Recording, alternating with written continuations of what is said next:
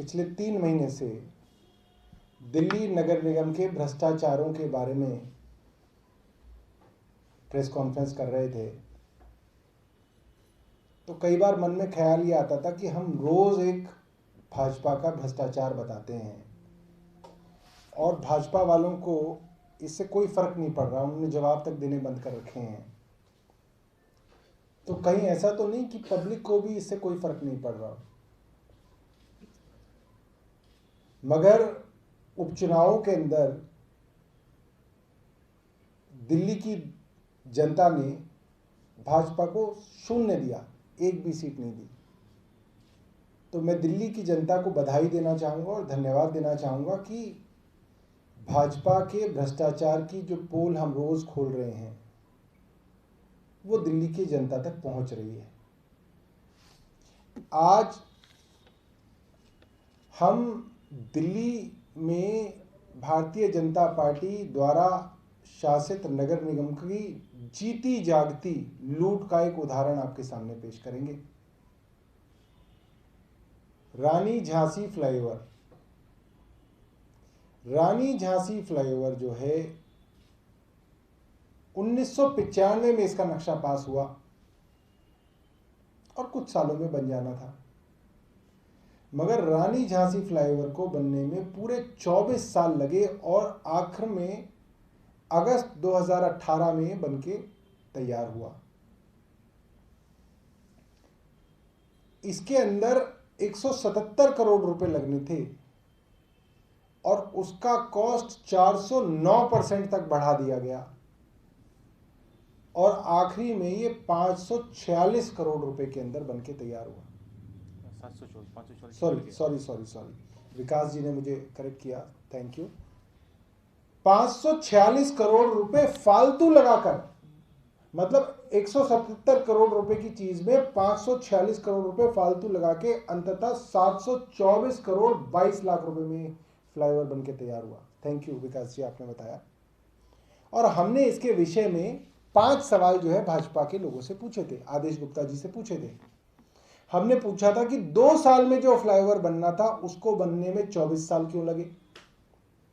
175 करोड़ रुपए में जो फ्लाईओवर बनना था उसको बनने में 724 करोड़ रुपए क्यों लगे। चर्च के लिए किसी की जमीन जो है, कहा गया कि यहां पे चर्च थी इसलिए उसके लिए पैसे दिए गए।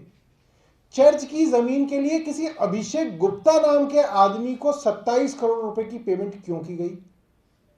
मुझे तो नहीं लगता कि अभिषेक गुप्ता नाम के कोई पादरी हो सकते हैं चर्च के, ना ही कोई क्रिश्चियन ऑर्गेनाइजेशन के कोई आदमी हो सकते हैं। जमीन अधिग्रहण का काम जो था वो जमीन अधिग्रहण का एक डिपार्टमेंट है जो करता है, उसको ना करा के भाजपा के नेताओं ने खुद इंजीनियरिंग डिपार्टमेंट के साथ मिलकर ये जमीन अधिग्रहण का काम क्यों किया कि प्राइवेट लोगों की जमीन अपने मुताबिक दामों पे खरीदी और अपने मुताबिक दामों को जो है प्राइवेट लोगों को दिया गया। और सबसे बड़ी बात, ILFS नाम का कंसल्टेंट इसके लिए हायर किया गया जिसको 7 करोड़ रुपए की पेमेंट की गई, मगर उस ILFS डिपार्टमेंट ने कोई डिटेल्ड प्रोजेक्ट रिपोर्ट सबमिट नहीं की आज तक भी। उसको जो कहा गया वो किया ही नहीं उसने, उसको 7 करोड़ रुपए की पेमेंट की गई। तो इन 5 सवालों का जवाब आदेश गुप्ता जी ने अभी तक नहीं दिया, तो वो दे दें। और दूसरा कि इसकी ये जो सारी जानकारी मैं आपको बता रहा हूं, ये मैं नहीं कह रहा, विकास जी नहीं कह रहे, ये इन्हीं के डिपार्टमेंट की ऑडिट रिपोर्ट कह रही है जो 2018 के अंदर आई थी। अब आप पूछेंगे कि इसके ऊपर आज चर्चा क्यों की जा रही है। इसलिए कि अब इस ऑडिट रिपोर्ट को जब स्टैंडिंग कमेटी के अंदर रखा गया था 2018 में, तो उस वक्त कमिश्नर नॉर्थ MCD को कहा गया था कि इसके ऊपर आप रिपोर्ट दें कि किसके ऊपर क्या कार्रवाई की गई है, किस अधिकारी के ऊपर क्या एक्शन लिया गया, किसके ऊपर क्या क्रिमिनल ऑफेंस बनाया गया, करप्शन के मामलों में मुकदमे दर्ज किए गए। अभी तक 2021 मार्च चल रहा है, अभी तक नॉर्थ MCD के कमिश्नर ने इसके ऊपर कोई रिपोर्ट नहीं दी है और हमें बताया यह गया है कि कमिश्नर के ऊपर दबाव बनाया जाता है कि क्योंकि इसके अंदर भाजपा के बड़े नेताओं के नाम आएंगे, इसलिए इसके ऊपर रिपोर्ट को दबाया गया है। तो हम मांग करते हैं कि इसकी रिपोर्ट जल्द से जल्द नॉर्थ एमसीडी के कमिश्नर निकालें और बताएं कि इस भ्रष्टाचार के लिए कौन कौन अफसर और भाजपा के नेता जिम्मेवार हैं और उन पर कौन से मुकदमे जो हैं उन्होंने चलाने की बात को आगे बढ़ाया है। धन्यवाद। यही है, हो गया।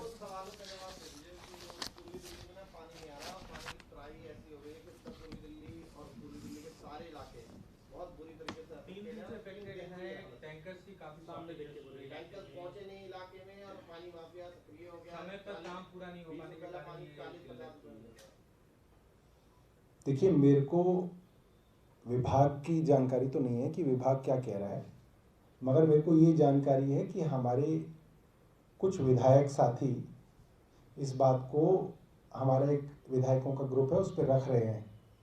खास तौर पे मुझे याद है पवन शर्मा जो हैं आदर्श नगर से, उन्होंने रखा था कि इसके कारण जो है काफ़ी जनता परेशान है। और उसके अंदर विभाग की तरफ से जो कहा गया था, मैं आपको वो बता देता हूँ। ये जानकारी थोड़ी सी पुरानी हो सकती है, मगर जो मोटे तौर पे मुझे पता है मैं आपको बताता हूँ। प्रेस नोट दिया था दिल्ली जल बोर्ड ने और कहा था कि शनिवार शाम तक ठीक हो जाएगा। ये कल तक का, कल दोपहर का मैं आपको बता रहा हूँ जो मुझे पता है कि हरियाणा की ओर से काफ़ी दिक्कत चल रही है। हालांकि स्थिति बेहतर हुई है पिछले एक दो दिन से, और हम वाटर रेशनलाइजेशन भी कर रहे हैं, मगर कुछ दिक्कत बनी हुई है। हो क्या रहा है, देखिए मैं बहुत आपको आधिकारिक तौर पे नहीं बता सकता क्योंकि मुझे इसकी जानकारी नहीं थी, और हमारे इलाके में पानी जो है ठीक ठाक आ रहा है, मतलब जो मेरा विधायक का क्षेत्र है। बट हरियाणा की तरफ से जो पानी आता था वो कम आ रहा है, और उसके कारण वाटर रैशनलाइजेशन किया जा रहा है। मतलब जहाँ पे हरियाणा से नहीं भी पानी आ रहा था वहाँ से काट के दूसरी जगह दिया जा रहा है, और प्रॉब्लम है। तो आपकी इस बात को मैं जो है जल विभाग के साथ और निर्धारित मंत्री जी के साथ जो है रखता हूँ। पूर्वी दिल्ली में मामला स्टेटमेंट जो आया है दिल्ली जल बोर्ड जी, कहता है कि शनिवार शाम तक सब कुछ दुरुस्त हो जाएगा क्योंकि पानी की पाइपलाइन है, उसकी मरम्मत का काम चल रहा है, उस वजह से पानी इफेक्टेड है। लेकिन 24 घंटे दिया गया था वो 48 घंटे से भी ज्यादा टाइम हो चुका है और अभी तक स्थिति खराब है दिल्ली वालों के लिए, और खासकर पूर्वी दिल्ली और उत्तर पूर्वी दिल्ली की तमाम विधानसभा। और उसमें महत्वपूर्ण बात यह है कि जो जल बोर्ड के टैंकर्स जाने की बात थी वो नहीं जा रहे हैं। दिल्ली जल बोर्ड की तरफ से जो ऑफिस में लोग कॉल कर रहे हैं तो वहाँ कोई मदद नहीं मिल रही है। काफ़ी इसको लेकर शिकायतें। नहीं, आपने जो बात कही बिल्कुल गंभीर है, और पार्टी के एक प्रवक्ता के होने के नाते और विधायक होने के नाते मैं ये बात आगे रखता हूँ, और कोशिश करते हैं इसको जल्द से जल्द जो है इसको स्थिति पे काबू करें। और मौसम भी गर्म हो गया है, मुझे लग रहा है इससे काफ़ी दोनों तीनों चीज़ें जो हैं बढ़ गई हैं, इसको कराते हैं। खासतौर पे टैंकर्स जो है वो तो बिल्कुल पहुँचने चाहिए, पानी पीछे से कम भी है तो टैंकर्स से जो है सप्लाई जानी चाहिए, इसको दिखाते हैं। बिल्कुल 20 लीटर वाली बोतल भी 50 रुपए की मिल रही है। कल मंगवाई मैंने 3 बोतल।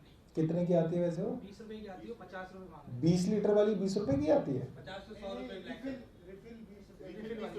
20 रुपए की। हमारे यहाँ तो पहले हमारे को भी खरीदने पड़ते थे तो हमें याद थे रेट, अब तो 4-5 साल से रेट भी नहीं पता, मगर जहाँ पे आपके आए हैं वहाँ पे भी कराएंगे। और इसके ऊपर भी सरकार से कहते हैं कि इसके ऊपर भी जो काला बाजारी है वो भी नहीं हो सकती बिल्कुल भी, ये तो गलत है। जो चीज़ जिस रिटेल प्राइस में है उसी में मिलनी चाहिए। किस इलाके के अंदर आप बता रहे हैं स्पेसिफिक?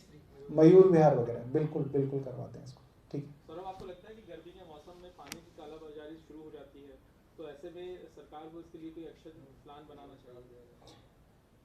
देखिए, काला बाजारी के लिए तो बिल्कुल जो है फूड एंड सप्लाईज डिपार्टमेंट जो है उसके अंदर कुछ अफसरों की ड्यूटी होती है कि वो इस तरीके को दें, और आपको भी अगर इस तरीके का कुछ आए तो आप हमें बताएं, ठीक है, उसके ऊपर कार्रवाई करेंगे, बिल्कुल करेंगे। सर, इसके अलावा दिल्ली में कोरोना के मामले बढ़ रहे हैं। इससे पहले हमने दिल्ली की तस्वीर देखी है दिवाली से पहले की। भाई एक मिनट शांत रहना, मोहित भाई। दिवाली से पहले हमने तस्वीर देखी जब बाजारों में भीड़ थी, और उसके बाद दिल्ली में कोरोना पीक पर चला गया था। एक दिन में 8,000 से ज्यादा मामले दर्ज हुए थे। अब होली आ रही है और एक बार फिर से ही लापरवाही दिल्ली के बाजारों में है, भीड़ भाड़ वाले इलाकों में है। क्या आपको लगता है कि सख्ती की जरूरत है और सरकार क्या कोई पाबंदियां लगा सकती है? देखिए, मेरा निजी तौर पे मानना ये है कि ये जो कोरोना के बीच बीच में पीक्स आते हैं, स्पाइक आते हैं, इनका कारण कोई नया जो है इनके जीवाणु के अंदर एक नई तब्दीली के कारण आते हैं। जैसे देखिए कि अभी पिछले 2 महीनों से दिल्ली के अंदर बिल्कुल अच्छा समय चल रहा था और बाकी राज्यों के अंदर, महाराष्ट्र के अंदर या और कई राज्यों के अंदर बहुत हाहाकार मचा हुआ था। तो इसका मतलब बिल्कुल कतई ये नहीं है कि महाराष्ट्र सरकार ने कोई कोताही बरत दी या महाराष्ट्र के लोगों ने कोई कोताही बरत दी जिस वजह से वो बढ़ गया। मुझे लगता है कि ये बेसिकली साइकिल्स हैं। ये जो इसका जो वायरस है ये म्यूटेट करता है थोड़े थोड़े समय में, और जब थोड़े थोड़े समय में म्यूटेट करता है तो इसके स्पाइक्स आते हैं। तो मैं ये मानता हूँ कि मास्क और बार बार हाथों को धोना और हाथों को सैनिटाइज करना और सोशल डिस्टेंसिंग जितनी हो सके उसको करना जो है वो ज़रूरी है। और दोबारा से दिल्ली सरकार से हम लोग भी आग्रह करेंगे कि थोड़ी सी सख्ती जो है दोबारा बढ़ाई जाए बाज़ारों वगैरह के अंदर, ताकि बाज़ार वगैरह सुचारू रूप से चले मगर सोशल डिस्टेंसिंग का पालन जो है हो। क्योंकि बिल्कुल ऐसा हो सकता है कि जैसे और राज्यों के अंदर कोरोना बढ़ रहा है, हमारे यहाँ ना बढ़े, उसके लिए हमको पहले से चौकन्ना रहना चाहिए। आपने जो एक बात बोली कि लोग मास्क पहने, हाथ धोएं, ऐसी स्थिति में लोग जब लापरवाही कर रहे हैं तो फिर सरकार की जिम्मेदारी बनती है कि कोई एक्शन लिया जाए। वो एक्शन लेता हुआ जो तस्वीर है वो नज़र नहीं आ रही है जमीन पर। देखिए, सरकार के लिए दोनों ही तरीके की तकलीफ़ें हैं। ज़्यादा चालान कटने लग जाते हैं तो भाजपा वाले शोर मचाने लग जाते हैं कि साहब चालान कट रहे हैं, केजरीवाल जी अपनी जेब भर रहे हैं वगैरह वगैरह, अनशंट खूब आपने देखा है और चैनल्स पे हमने इसके ऊपर स्टोरीज भी होती देखी हैं। तो सरकार के लिए बड़ा दिक्कत होती है इसको बैलेंस करना कि बहुत ज़्यादा चालान भी कटते हैं तो भी पब्लिक परेशान होती है। फिर अफसरों को आप यही कह सकते हैं कि भाई चालान कम काटो, तो फिर एकदम लापरवाही शुरू हो जाती है। तो सरकार को एक बैलेंसिंग एक्ट करने की हमेशा ज़रूरत होती है और उसको बैलेंस करेंगे दोबारा से।